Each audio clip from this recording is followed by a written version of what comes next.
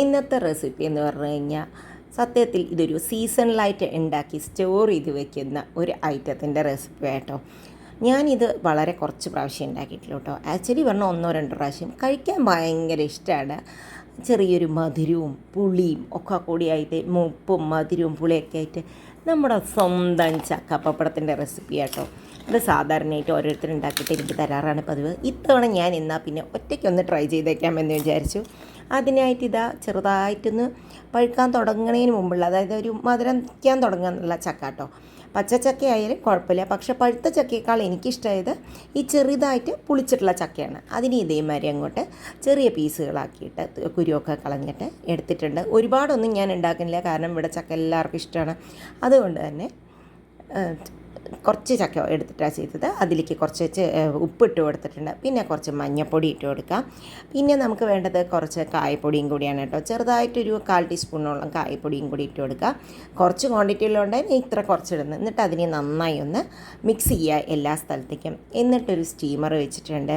സ്റ്റീമറിലേക്ക് ഇതിട്ട് കൊടുക്കുകയാണ് ചെയ്യുന്നത്. അതല്ല നിങ്ങൾക്ക് ഇത് ചക്ക സാധാരണ പോലെ വേവിച്ചെടുക്കുക, വെള്ളം ഒഴിച്ചിട്ട് വെച്ചാലും കുഴപ്പമില്ല. ഞാനൊരു 4-5 മുളകും കൂടി അതിൻ്റെ മുകളിൽ ഇട്ടിട്ട് കൊടുത്തിട്ടുണ്ട്. എനിക്കിങ്ങനെ മുളക് വേവിച്ചിട്ട് കഴിക്കാൻ ഭയങ്കര ഇഷ്ടമാണ് കേട്ടോ.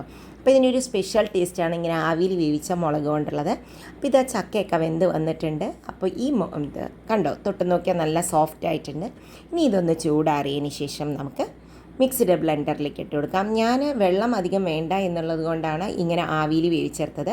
ആവശ്യത്തിന് ഉപ്പും കൂടി ഇട്ട് കൊടുക്കാം. ഇതിന് പകരം നിങ്ങൾക്ക് വെള്ളം ഒഴിച്ച് സാധാരണമാതിരി ചക്ക വേവിച്ചെടുത്താലും കുഴപ്പമൊന്നുമില്ല. ഇപ്പോൾ ഇതാ വന്നിട്ടുണ്ട്. ഒരുപാട് ലൂസാക്കുന്നില്ല കേട്ടോ, എനിക്ക് ഇത്തിരി ഇതായിട്ടുള്ളതാണ് ഇഷ്ടം. അപ്പോൾ അതിലേക്ക് കുറച്ച് എള്ളും പിന്നെ കുറച്ച് ജീരകവും കൂടി ഇട്ട് കൊടുത്തിട്ടുണ്ട്. എന്നിട്ട് അതിനെ നന്നായി മിക്സ് ചെയ്യാം കേട്ടോ. സത്യത്തിൽ ഈ കൂട്ടുണ്ടല്ലോ എനിക്ക് ഭയങ്കര ഇഷ്ടമാണ് കേട്ടോ. ഉപ്പും ചെറിയൊരു പുളിയും മധുരവും കൂടി നല്ല സൂപ്പറായിട്ട് ഇതിങ്ങനെ കഴിക്കാൻ തന്നെ എനിക്കിഷ്ടമായി. ഇനി ഒരു പ്ലാസ്റ്റിക് പേപ്പർ എടുത്തിട്ട് അതിൽ നന്നായി എണ്ണ തടവണം. എണ്ണ തടവിയിട്ട് മാത്രമേ ഉണ്ടാക്കാൻ പാടൂ. എന്നിട്ട് ഞാൻ കൈ കൊണ്ടാണ് ചെയ്ത് കൊടുത്തത്. ഇത് കുറച്ചും കൂടി ലൂസാക്കണമെങ്കിൽ സ്പൂൺ കൊണ്ട് നന്നായി ചെയ്യാൻ പറ്റുമെന്ന്. ഞാൻ ഇത്തിരി കനത്തിലിരുന്നോട്ടെ വിചാരിച്ചു കേട്ടോ. അതുകൊണ്ടാണ് കൈ കൊണ്ട് വെള്ളം തട്ടിയിട്ട് ഇതേമാതിരി ഒന്ന് ചെയ്തു കൊടുത്തത്. ഇങ്ങനെ പപ്പടം ഉണ്ടാക്കിയെടുക്കുക. എണ്ണ തേക്കാൻ മറക്കരുത്, പിന്നെ എടുക്കാൻ കിട്ടില്ല. ഇത് തനിയെ തന്നെ വിട്ട് വരട്ടെ എണ്ണ തേച്ചിട്ടുണ്ടെങ്കിൽ. കണ്ടോ, ഇതിപ്പോൾ എത്ര എണ്ണ ഉണ്ട്? ഒരു 10-12 എണ്ണമൊക്കെ ഞാൻ ഇതിൽ ഉണ്ടാക്കിയെടുത്തിട്ടുള്ളൂ.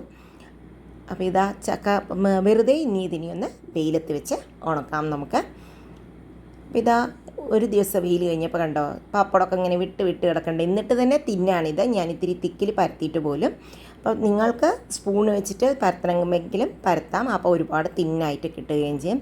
ഇനി ഇതൊരു 2-3 ദിവസത്തെ വെയിലൊക്കെ കൊണ്ട് നന്നായി ഉണങ്ങി വരട്ടെ. ഇതാ കണ്ടോ, നമ്മുടെ ചക്കപ്പപ്പടമൊക്കെ റെഡിയായി വന്നിട്ടുണ്ട്. ഇത് സാധാരണ ചക്കപ്പപ്പടം കുറച്ച് ഒരു ബ്രൗണിഷ് കളറിലായിരിക്കും കേട്ടോ. ഞാനിതിൽ മുളക് ആവിയിൽ വെച്ച് വേവിച്ചതുകൊണ്ടാണെന്ന് തോന്നുന്നു ഇതൊരു ഓറഞ്ചിഷ് കളറിലായിരുന്നു വന്നിരുന്നത്. അപ്പോൾ ഇതാ നമ്മുടെ ഈ ചക്കപ്പപ്പടമൊക്കെ ഒന്ന് എടുത്തിട്ട് വറുത്ത് നോക്കാം എങ്ങനെയുണ്ടെന്ന്. ഇത് ക്രിസ്പി ആയിരിക്കില്ല. ഈ ഉണങ്ങി വന്നു കഴിഞ്ഞാൽ അതൊരു സോഗി ഒരു ടൈപ്പിൽ തന്നെ ആയിരിക്കും കേട്ടോ, സോഫ്റ്റ് ടെക്സ്ചറിലായിരിക്കും. ഇനി എണ്ണ ചൂടാകുമ്പോൾ ഒരു മീഡിയം ഫ്ലെയിം മാത്രമേ ചക്കപ്പപ്പടത്തിന് വറുക്കുമ്പോൾ പാടുള്ളൂ. ഒരുപാട് ഫ്ലെയിമിൽ വെച്ച് കഴിഞ്ഞാൽ അത് കരിഞ്ഞു പോവും, നന്നാവില്ല. അപ്പോൾ ഇതാ നമ്മുടെ പപ്പടം അങ്ങോട്ട് വറുത്ത് വരുന്നുണ്ട്. അങ്ങനെ വറുത്ത് വരുമ്പോഴും ചെറിയൊരു സോഗിനെസ് നമുക്ക് ഫീൽ ചെയ്യും. 1 മിനിറ്റ് പുറത്ത് വെച്ച് കഴിഞ്ഞാൽ അതിൻ്റെ കട്ടിയാവുകയും ചെയ്യും കേട്ടോ. അപ്പോൾ ഇതാ വറുത്തെടുത്തിട്ടുണ്ട്. ഇനി നമുക്കിതിൻ്റെ ക്രിസ്പിനെസ് ഒന്ന് നോക്കാം.